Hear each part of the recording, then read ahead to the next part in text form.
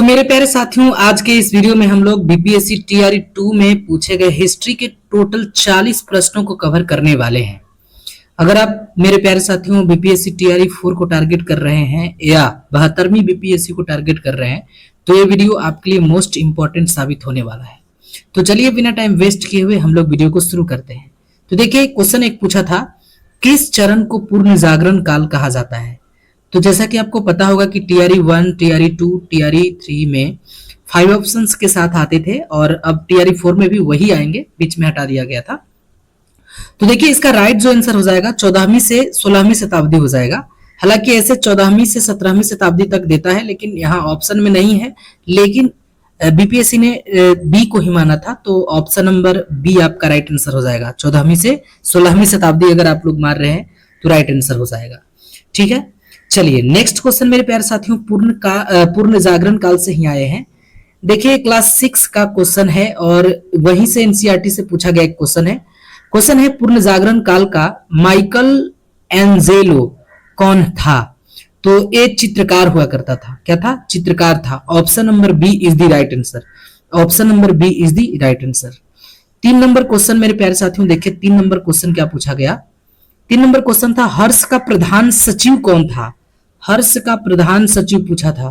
तो देखिए, हर्ष का प्रधान सचिव भिंड राइट आंसर हो जाएगा। Bhind is the right answer. Bhind हो जाएगा, राइट आंसर भिंड हो जाएगा। चलिए नेक्स्ट क्वेश्चन मेरे प्यारे साथियों, देखिए नेक्स्ट जो क्वेश्चन पूछा गया, क्वेश्चन नंबर 4 है, भास्कर वर्मन ने किसे राजदूत बनाकर हर्षवर्धन के पास भेजा था? भास्कर वर्मन ने किसे राजदूत बनाकर हर्षवर्धन के पास भेजा था? तो हंस बेग इसका राइट आंसर हो जाएगा। हंस वेग इज द राइट आंसर। हंस वेग। नेक्स्ट 5वां नंबर क्वेश्चन मेरे प्यारे साथियों क्या है, हर्ष के काल में कौन सा अधिकारी चाट एवं भाट कहलाता था? तो देखिए, पुलिस को कहा जाता था। किसे कहा जाता था? पुलिस को कहा जाता था। हर्ष के शासन काल में अधिकारी चाट और भाट कहलाते थे, पुलिस ही कहलाते थे। Option number B is the right answer. Next question मेरे प्यारे साथियों पूछा, किस चोल शासक ने सर्वप्रथम संपूर्ण द्रविड़ प्रदेश को विजित किया था, यानी जीता था? तो ये राजराज प्रथम हो जाएगा। कौन हो जाएगा? राजराज प्रथम इसका राइट आंसर हो जाएगा। ऑप्शन नंबर सी आपका राइट आंसर हो जाएगा। ठीक है, नेक्स्ट क्वेश्चन मेरे प्यारे साथियों क्या पूछा, देखिए क्वेश्चन नंबर 7 है, किस चोल शासक ने सिंघल नरेश महेंद्र पंचम को पराजित किया था? तो राजराज प्रथम। देखिए, लगातार क्वेश्चन पूछे गए और 11th क्लास से क्वेश्चन पूछा गया, तो राजराज प्रथम इसका भी राइट आंसर हो जाएगा। ठीक है, क्वेश्चन पूछा गया, फ्लाइंग शटल का आविष्कार किसने किया? तो जॉन के। 10th क्लास से पूछा है, फ्लाइंग शटल का आविष्कार किसने किया? जॉन के इसका राइट आंसर हो जाएगा। जॉन के। ठीक है, नेक्स्ट क्वेश्चन है, किस वर्ष लिवरपूल और मैनचेस्टर के मध्य जॉर्ज स्टीफेंसन ने रेलवे चलाई थी? तो ये 1829 इसका राइट आंसर हो जाएगा। 1829 इज द राइट आंसर। सबसे पहले लिवरपूल और मैनचेस्टर के बीच जॉर्ज स्टीफेंसन ने रेलवे चलाया था 1829 में। सती प्रथा को अंत भी इसी समय किया गया था, याद रखिएगा। ठीक है, नेक्स्ट क्वेश्चन 10 नंबर क्वेश्चन मेरे प्यारे साथियों, देखिए क्वेश्चन है, द वेल्थ ऑफ नेशंस किसकी रचना है? देखिए 10th क्लास का है। एडम स्मिथ इसका राइट आंसर हो जाएगा। Adam Smith. The wealth of Nations के रचनाकार एडम स्मिथ है, राइट आंसर बी हो जाएगा। 11 नंबर क्वेश्चन है, टाइथ क्या था? 10th क्लास का है। टाइथ, तो देखिए एक प्रकार का धार्मिक कर था। एक टाइड था, एक टाइथ था, तो दोनों अलग धार्मिक कर है। टाइड जहां भी लगेगा टाइड, तो ये धार्मिक कर हो जाएगा। ठीक है, क्वेश्चन नंबर 12 नंबर देखिए क्या है, डिस्कोर्स ऑन इनक्वालिटी यानी सेकेंड डिस्कोर्स किसने लिखा?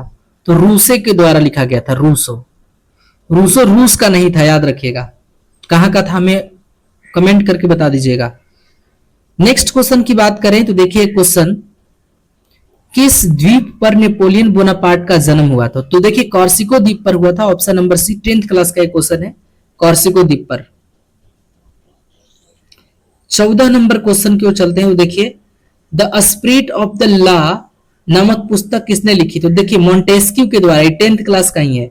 The spirit of the law नामक पुस्तक किसने लिखा है? तो मोंटेस्क्यू इसका राइट आंसर हो जाएगा। Montesquieu is the right answer.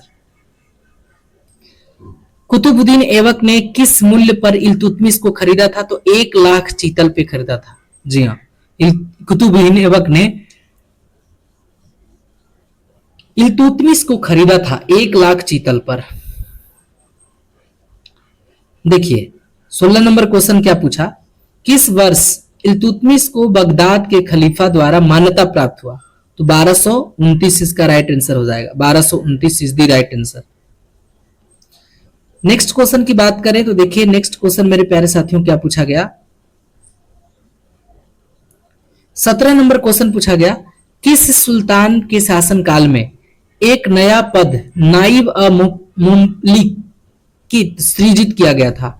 किस सुल्तान के शासनकाल में एक नया पद नाइब मुमलिकत की सृजित किया गया था? तो ये बहराम शाह था। बहराम शाह। तो देखिए हिस्ट्री में थोड़ा सा अंदर से पूछा है क्वेश्चन, बाकी जो जियोग्राफी था उसमें इतना अंदर से नहीं पूछा था, 10th और 9th से ही पूछा था। तो इसका भी मैं प्रूफ दिखा दूंगा कहां से पूछा है। तब तक के लिए आप क्वेश्चन देख लीजिए, नेक्स्ट क्लास में हम लाएंगे इसका प्रूफ। देखिए नेक्स्ट जो क्वेश्चन है वो बलबन को सर्वप्रथम किस दायित्व के निर्वहन हेतु नियुक्त किया गया था? तो एक खासदार था। क्या था? खासदार।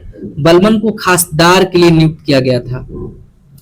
चलिए नेक्स्ट क्वेश्चन है, दिल्ली के किस सुल्तान ने अपने जीवन काल में ही अपना मकबरा बनवा दिया था? तो इल्तुतमिश हो जाएगा। क्या हो जाएगा? इल्तुतमिश। दिल्ली के किस सुल्तान ने अपने जीवन काल में ही अपना मकबरा बना दिया था? तो इल्तुतमिश हो जाएगा। टोटल मेरे प्यारे साथियों 40 क्वेश्चंस पूछे जाते हैं हिस्ट्री के। अकबर के अंतिम विजय कौन सी थी? तो असीरगढ़ था। अकबर के अंतिम विजय कौन था? Asirgarh. Asirgarh is the right answer. Next question की बात करें तो देखिए नेक्स्ट क्वेश्चन आपसे पूछा, इबादत खाना का निर्माण अकबर ने कहां करवाया था? तो फतेहपुर सिकरी में करवाया था। इबादत खाना का आविष्कार जो अकबर ने करवाया वो फतेहपुर सिकरी में करवाया था। नेक्स्ट क्वेश्चन है, प्लासी युद्ध के समय मुगल शासक कौन था? तो आलमगीर द्वितीय था। कौन था? आलमगीर द्वितीय। प्लासी की लड़ाई कब हुई थी आप हमें बता दीजिएगा कमेंट करके। देखिए एक क्वेश्चन मेरे प्यारे साथियों क्या पूछा गया, बक्सर के युद्ध के समय बंगाल का गवर्नर जनरल कौन था? तो ए मेरे प्यारे साथियों क्लाइव था। कौन था? क्लाइव। Robert Clive. बक्सर के युद्ध के समय बंगाल का गवर्नर जनरल था रॉबर्ट क्लाइव। 24 नंबर क्वेश्चन क्या पूछा गया? देखिए 24 नंबर क्वेश्चन, बक्सर के युद्ध के समय पटना में अंग्रेजी कंपनी का प्रभारी कौन था? तो एलिस था। एलिस। तो देखिए जिस टॉपिक से क्वेश्चन को छेड़ा है तो एक नहीं बल्कि एक से अधिक क्वेश्चंस को पूछा है। जैसे आप इसका उदाहरण दे सकते हैं, बक्सर के युद्ध से 2 क्वेश्चन लगातार पूछा। ठीक है। नेक्स्ट क्वेश्चन देखिए, ये ऐसे क्वेश्चंस हैं जो कि आपको अदर बुक में देखिएगा तो नहीं मिलेगा, बल्कि एनसीईआरटी एससीईआरटी में ही क्वेश्चन देखने के लिए मिलेंगे। तो कितना जरूरी हो जाता है टीआरई के लिए समझ सकते हैं। फैजाबाद अयोध्या जिसका नाम था, फैजाबाद मतलब है फैजाबाद अयोध्या में 1857 के विद्रोह का नेतृत्व किसने किया था? मौलवी अहमदुल्ला। याद रखिएगा फैजाबाद से कौन थे? मौलवी अहमदुल्ला थे। ठीक है।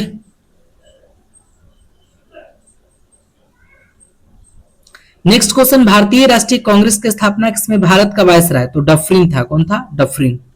भारतीय राष्ट्रीय कांग्रेस की स्थापना के समय भारत का वायसराय डफरिन था, उसी के दिमाग का उपज था। क्वेश्चन पूछा गया, सर्वप्रथम भारतीय राष्ट्रीय कांग्रेस का प्रथम विभाजन किस वर्ष हुआ? तो 1907 में हुआ। 1907 is the right answer. Question पूछा गया, किस वर्ष मुजफ्फरपुर बम हत्याकांड हुआ? तो 1908 में हुआ था। 1908।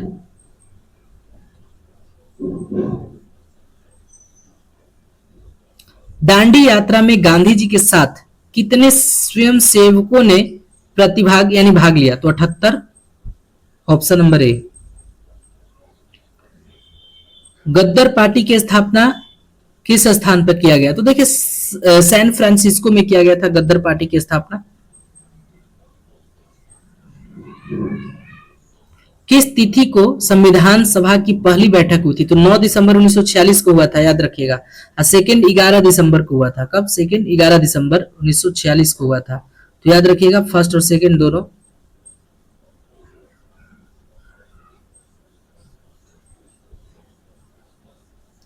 नेक्स्ट क्वेश्चन है 1826 में सर्वप्रथम हड़प्पा के संबंध में किसने उल्लेख किया है? तो चार्ल्स मैसन ने किया है। किसने? चार्ल्स मैसन। नेक्स्ट क्वेश्चन है, देख सकते हैं नेक्स्ट जो क्वेश्चन पूछा, किस हड़प्पा स्थल से लकड़ी को कूड़ेदार नाली बनाने का साक्ष्य? तो देखिए कालीबंगा से मिला है। कहां से मिला है? कालीबंगा। 34 नंबर क्वेश्चन मेरे प्यारे साथियों देखिए, 34 नंबर क्वेश्चन क्या है? किस मौर्य शासक को सेंड्रोकोटस के रूप में संबोधित किया गया? तो चंद्रगुप्त को, चंद्रगुप्त मौर्य को। इसको चंद्रगुप्त मौर्य को सेंड्रोकोटस कहा गया। अपने शासन के किस वर्ष में अशोक ने बोध गया की यात्रा की थी? 10वें वर्ष में। कब? 10वें वर्ष में। किस अधिवेशन में अशोक त्रिरत्न में विश्वास प्रकट किया? तो भाब्रू के अभिलेख में। किस? भाब्रू के अभिलेख। कहां से मिले हमें कमेंट करके बता दीजिए। नेक्स्ट क्वेश्चन है, मौर्य काल में वार्ता क्या था? तो वार्ता, देखिए वार्ता उपयुक्त में से एक से अधिक, मतलब बोल सकते हैं कि यहां वार्ता की बात कही जा रही है तो एक कृषि अधिक मतलब पशुपालन, ये दोनों मिलाकर के हुआ करते थे।